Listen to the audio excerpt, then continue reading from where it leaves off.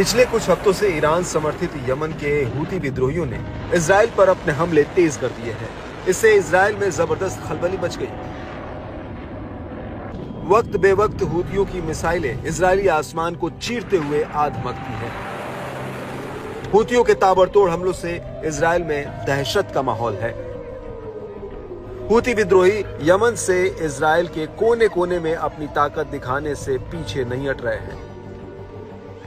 Israel के एक से बढ़कर एक एयर डिफेंस सिस्टम तक भीगी बिल्ली बन गए हैं। यमनी लड़ाकों की खतरनाक मिसाइलें आयरन डोम जैसे सिस्टम की नाक के नीचे से इजराइल में तबाही मचा रही हैं। हूतियों की बढ़ती ताकत को अब ईरान का भी पूरा समर्थन मिल रहा है। अब ईरान के टॉप अधिकारी तक यमनी लड़ाकों की हौसला अफजाई करते नहीं थक रहे हैं। इस्लामिक रिवॉल्यूशन गार्ड्स कॉर्प्स के चीफ कमांडर ने भी हूतियों के हालिया हमले की जमकर तारीफ की। मेजर जनरल हुसैन सलामी ने गाजा में इजरायली हमले के बीच फिलिस्तीनियों की बहादुरी और साहसी से रक्षा करने के लिए यमन के हूती विद्रोहियों को सराहा है। उन्होंने कहा कि आखिरकार जीत हमारी ही होगी। ईरान का प्रतिरोध मोर्चा कमजोर नहीं हुआ है। हर कोई देख रहा है कि कैसे यमनी लोग फिलिस्तीन की रक्षा कर रहे हैं।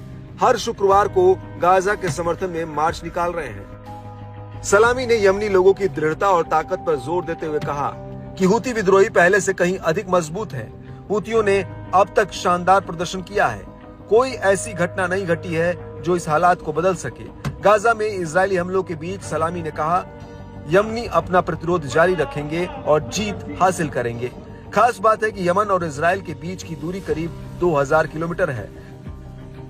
लंबी दूरी तय करते हुए हूतियों की मिसाइलें इजरायली एयर स्पेस में आना नेतन्याहू के लिए बड़े खतरे की घंटी है। मालूम हो कि हाल में हूती विद्रोहियों ने इजराइल में हाइपरसोनिक मिसाइल से भी बड़ी तबाही मचाई है। बीते दिनों हूती लड़ाकों ने इजरायली राजधानी तेल अवीव में घुसकर बेन गुरियन एयरपोर्ट को निशाना बनाया था। दावा है कि ये अपने टारगेट पर सटीक हमला करने में कामयाब रहा।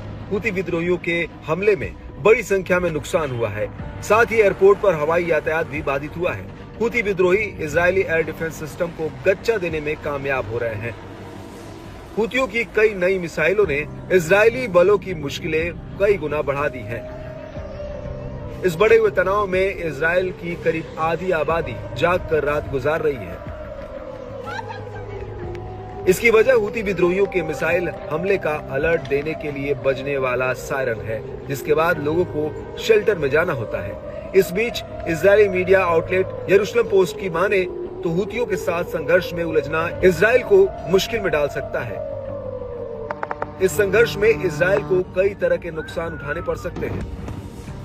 यमन में इजराइल के हमले तेज करने से हूती भी इजराइल में अहम ठिकानों को निशाना बना सकते हैं। हूतियों के पास मिसाइल और ड्रोन का बड़ा जखीरा है। इसके अलावा यमन से इजराइल पर हमलों में बढ़ोतरी से दोनों देशों के बीच सीधा सैन्य टकराव हो सकता है।